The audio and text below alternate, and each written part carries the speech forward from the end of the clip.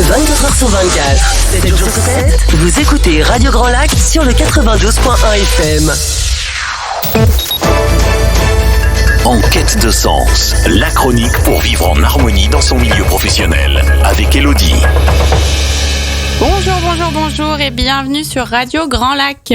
C'est Elodie et je suis ravie de vous retrouver aujourd'hui pour ma chronique En quête de sens, émission dans laquelle nous parlons de la quête de sens et d'épanouissement au travail, mais pas que, car je suis convaincue que l'équilibre entre notre vie pro et notre vie perso est l'une des clés pour être épanoui dans sa vie. Vous le savez, depuis la rentrée, j'ai changé le format de cette chronique car je la voulais plus inspirante pour vous. J'ai envie de vous donner envie de vivre votre vie pleinement.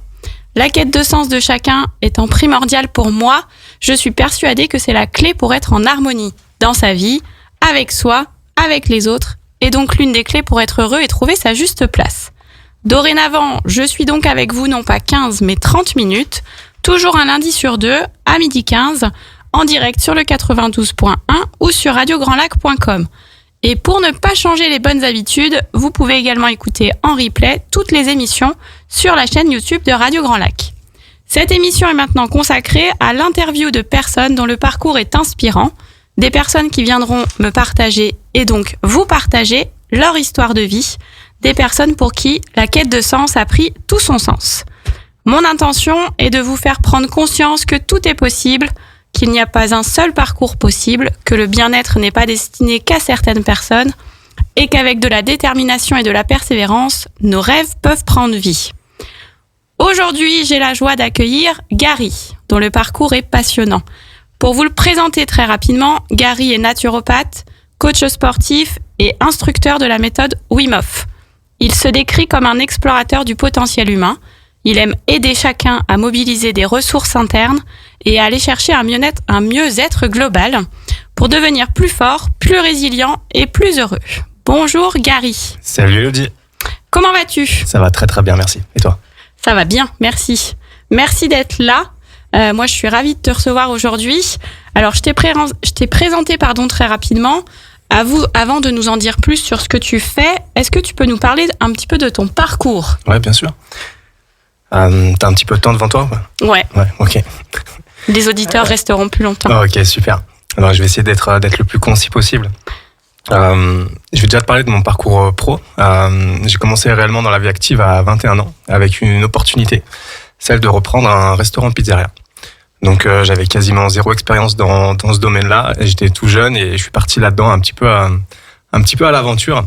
Et ça a été au départ assez challengeant, mais en même temps très dynamisant, j'ai envie de te dire, quand il faut reprendre une affaire qui marchait plus très bien et puis essayer d'en vivre et d'en faire quelque chose. Quand toi-même, t'as pas tellement d'expérience là-dedans, voilà, c'était assez challengeant. Donc, je me suis bien amusé pendant 3 ans à remonter le potentiel de cette boutique-là et à moi aussi, en parallèle, à m'améliorer dans ce que je faisais, dans ce que je pouvais proposer. Et au bout de ces 3 ans-là, j'avais atteint, je le savais pas à ce moment-là, mais j'avais atteint déjà le maximum du potentiel que je pouvais atteindre avec cette affaire-là. Et sans m'en rendre compte, j'ai commencé progressivement à m'ennuyer de plus en plus.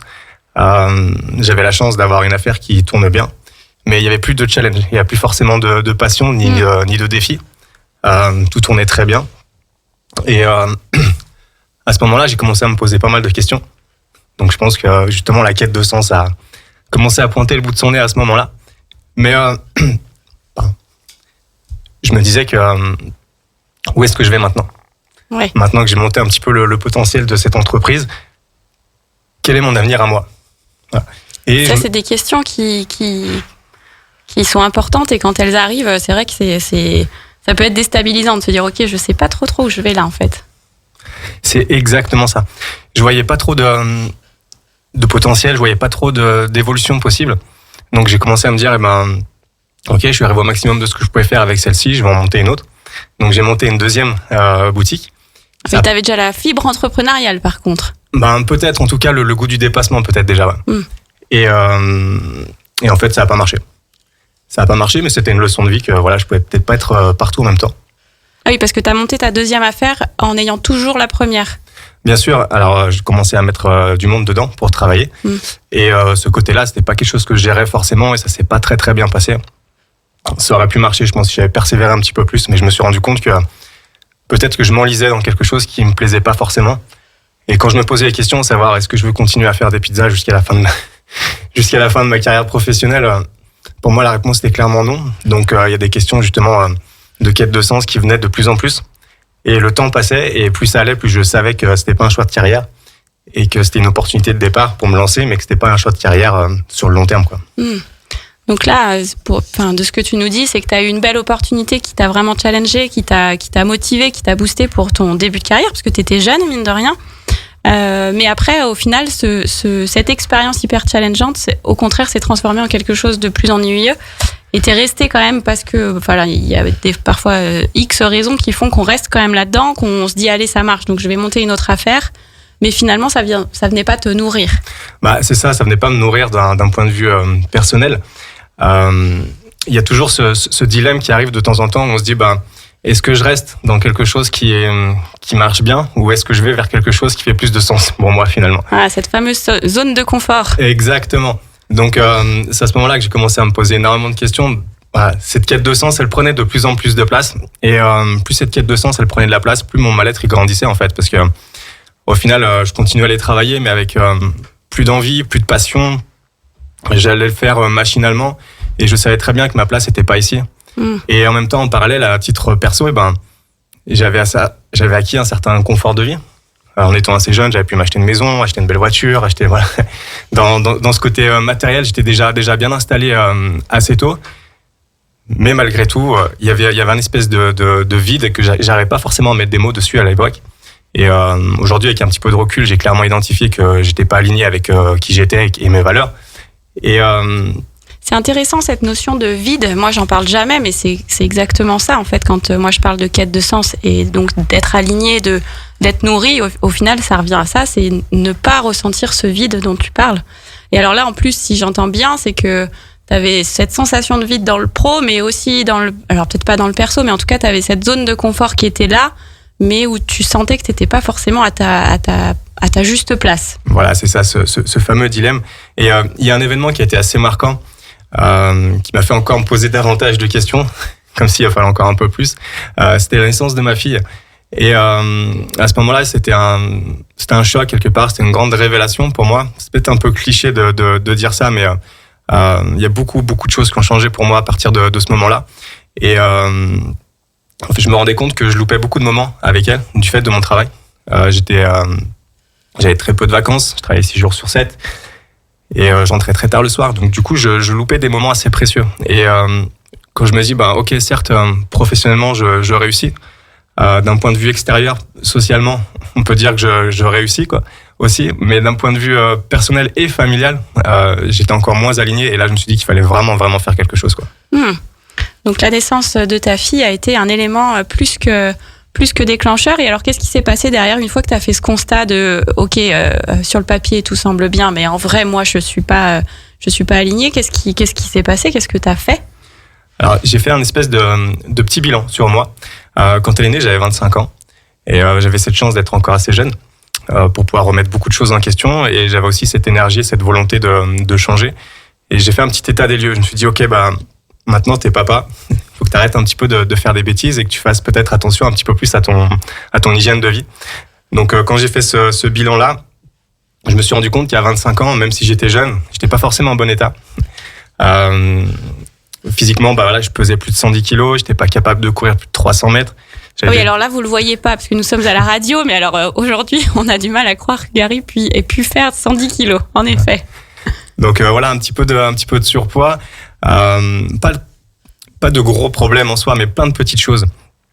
Des problèmes d'allergie, de sommeil, des grosses difficultés à gérer mes émotions. J'arrive au travail avec cette fameuse boule au ventre où je me réfugiais émotionnellement dans la nourriture, donc ce qui me faisait prendre du poids. Plus un train de vie assez fêtard. Je me suis dit jusqu'à maintenant mes choix de vie ça impacte que moi, ça regarde que moi, mais maintenant c'est plus pareil. Maintenant que ma petite est née, il faut que je fasse attention un peu plus à ce que je fais, au moins pour elle, quoi.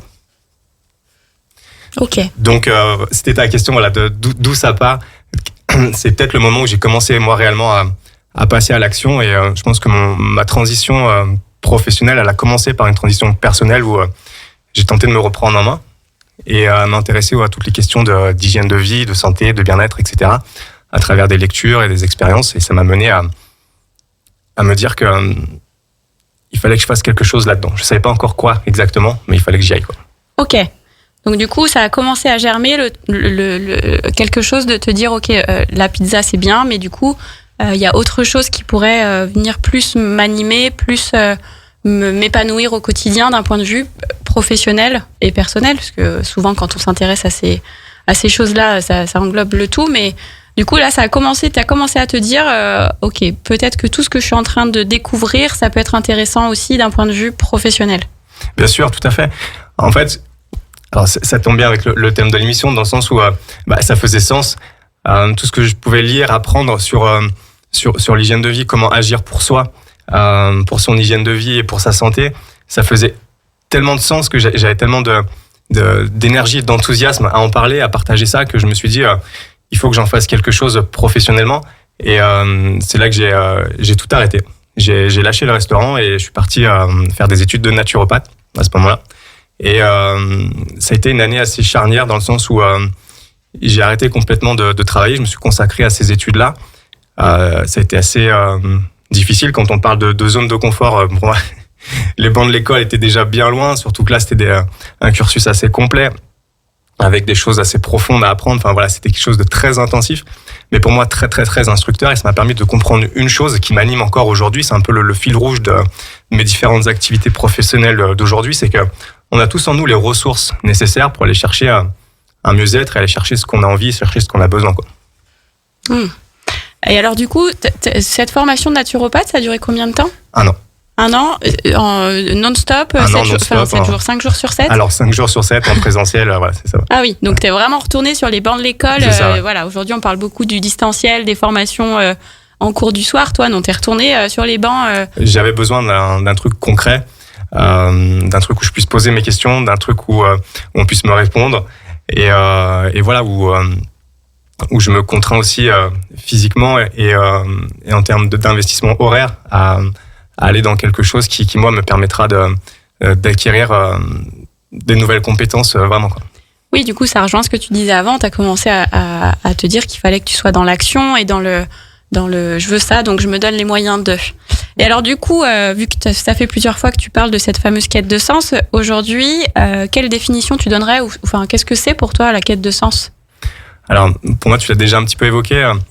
Je pense que la quête de sens, c'est justement trouver l'équilibre, trouver l'activité professionnelle qui résonnera avec nos valeurs, et trouver l'activité professionnelle qui fera en sorte qu'on n'ait pas l'impression de travailler, trouver l'activité professionnelle qui nous donne de l'enthousiasme, trouver l'activité professionnelle qui nous donne envie d'en parler, qui nous donne envie de la partager, qui nous fait vibrer au quotidien, quoi. Ouais, moi c'est vrai que j'aime bien ce terme-là, je l'utilise souvent, le côté je vibre avec mon activité et au final j'ai pas la sensation de travailler. Moi c'est ce que je dis souvent, et c'est d'ailleurs une citation que j'aime beaucoup, qui dit exactement ça. Donc la quête de sens pour toi, c'est vraiment cet équilibre entre la vie pro, la vie perso, et se sentir, tu nous l'as dit, en résonance avec ses valeurs.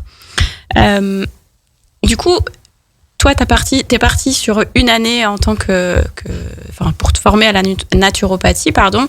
Derrière, tu savais déjà que tu voulais être naturopathe, ou t'y allais parce que cette formation-là t'intéressait et après tu t'es dit je verrai? Très honnêtement avec toi, j'y suis allé sans savoir pourquoi. J'ai vu ce nom-là dans un livre que j'avais lu. J'ai cherché des définitions, j'ai toujours pas compris ce que c'était. J'ai décidé d'aller voir une naturopathe pour me faire une idée.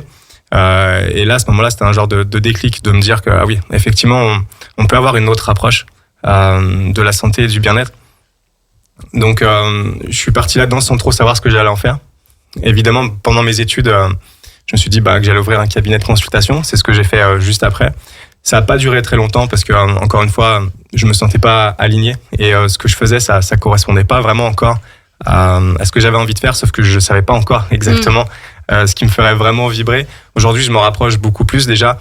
Mais à ce moment-là, oui, j'ai choisi la voie classique. On fait le cursus de naturopathe, on ouvre un cabinet de consultation, quoi. Ouais. Mais c'est intéressant du coup parce que ce que j'entends, c'est que t'avais pas forcément un projet défini, tu savais pas forcément ce que t'allais faire, mais il y a moi j'entends cette petite intuition qui dit ok, c'est là qu'il faut que j'aille, c'est cette formation qu'il faut que je fasse, et puis on verra bien. Et il y a encore une fois, tu l'as redit plusieurs fois, voilà, ça te faisait vibrer et t'y allais. Et je trouve ça hyper intéressant parce que parfois on a peur d'y aller quand on connaît pas tous les tenants, les aboutissants, ou alors on se dit il faut que tout soit absolument carré avant que je me lance.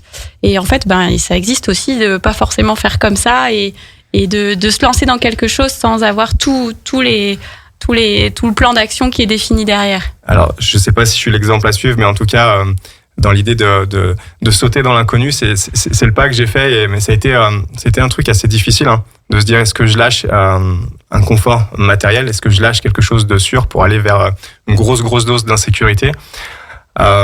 J'y suis allé et aujourd'hui je le regrette pas, même si ça a été un passage assez difficile, inconfortable, mais ça m'a amené aujourd'hui à me rapprocher beaucoup plus de qui je suis et de mes valeurs et de ma quête de sens au final. Eh ben, on va continuer à parler de tout ça après la pause musicale, mais en tout cas, juste pour terminer sur cette première partie, moi j'aurais envie de conclure sur effectivement, des fois il faut parfois arriver à sortir de cette zone de confort qui peut sembler confortable, mais qui au final, avec le recul, on sait bien qu'elle l'est pas forcément. Donc c'est hyper intéressant. Merci pour ces premiers partages. On fait une petite pause musicale.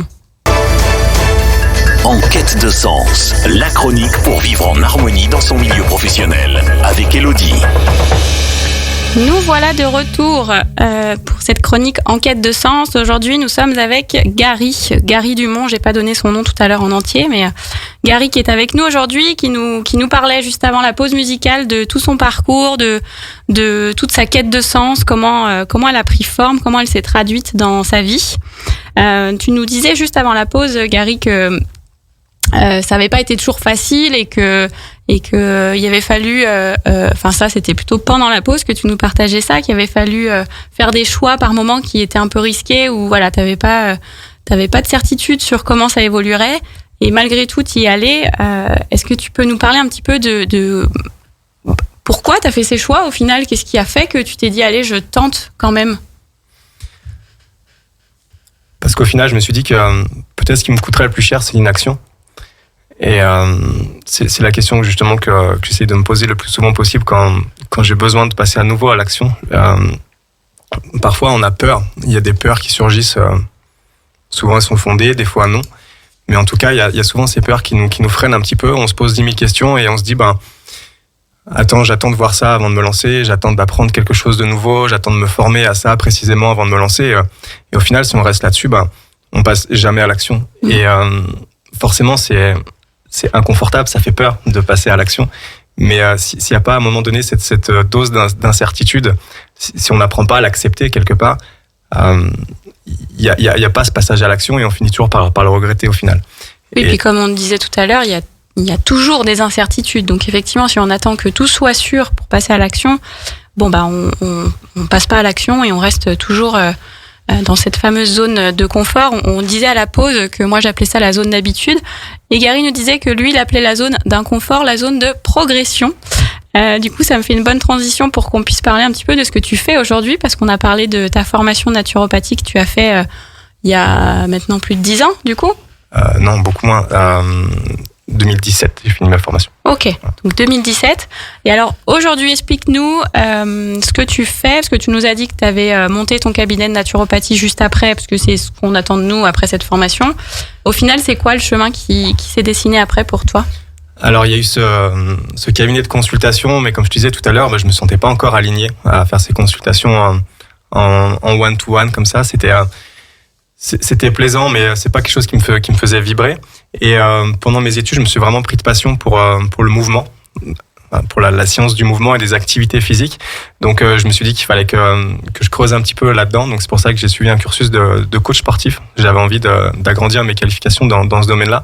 Et aujourd'hui, en fait, moi, ce qui fait sens pour moi, c'est ce que j'ai envie de transmettre. En tout cas, c'est que d'un point de vue santé, bien-être, hygiène de vie, on peut changer énormément de choses en travaillant sur le mouvement, sur l'alimentation et sur la sphère émotionnelle et la gestion du mental.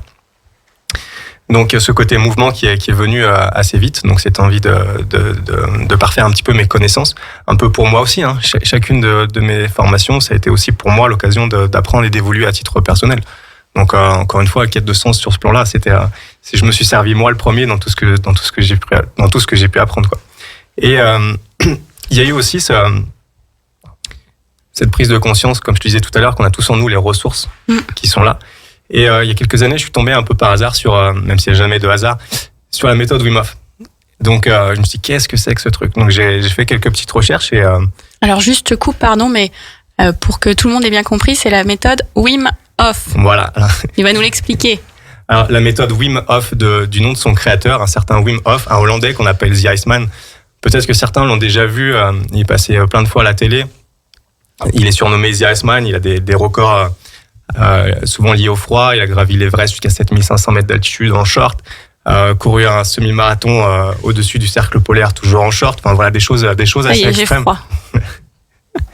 Mais sa volonté à lui, c'était de montrer que justement on a des ressources vraiment insoupçonnées et que à travers l'exposition au froid, on peut aller chercher énormément de ces ressources-là, que ce soit pour le corps mais aussi pour la tête.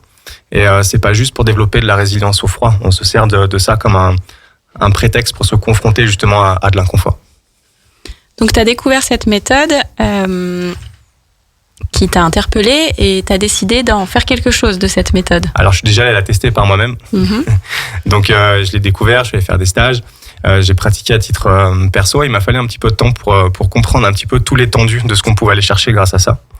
Donc dans cette méthode, on a l'exposition au froid, c'est une chose, mais on a aussi de la respiration, des exercices de respiration bien particuliers et bien liés à cette méthode-là, qui vont chercher aussi des choses assez profondes et des outils de gestion du mental.